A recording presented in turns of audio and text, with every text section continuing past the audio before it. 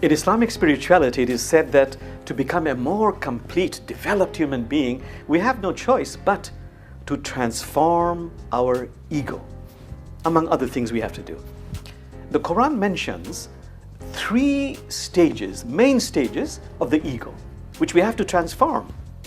The first stage is where the ego is like a commanding master, and it may sometimes incline you towards wrongdoing. So we have to use the spiritual practice of self-witnessing with compassion for ourselves and tame the ego, restrain it. That's the first stage. The second stage of the ego is when we discover that we have a conscience, we have choices, and we need to make discernment, not only to tame the ego, but also to give the ego direction. It requires compassionate self-witnessing and a lot of effort.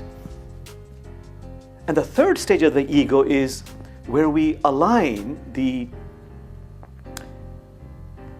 shadow aspects of our personality, of our ego personality, and use exertion, again with compassion, with awareness, to align it, to conform it, to move it towards our higher self.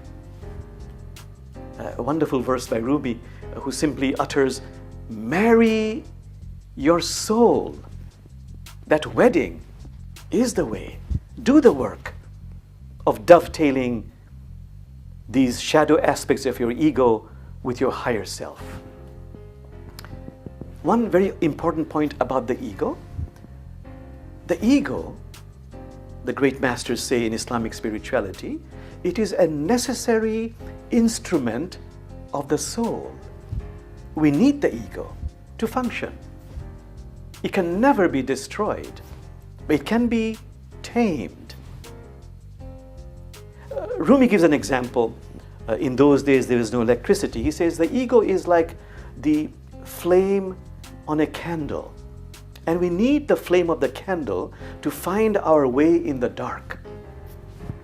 But once we come to the land of the radiant sun, this candle, its flame is subsumed in the brilliant, luminous light of the sun. In that sense, it is annihilated. But it is alive because Rumi says, take a cotton or cloth, put it to the flame, it bursts into fire, It takes flame.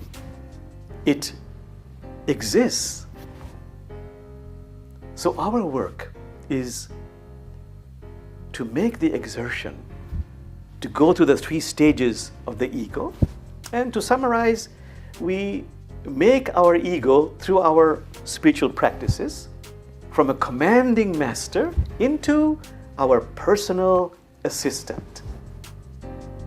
Thank you.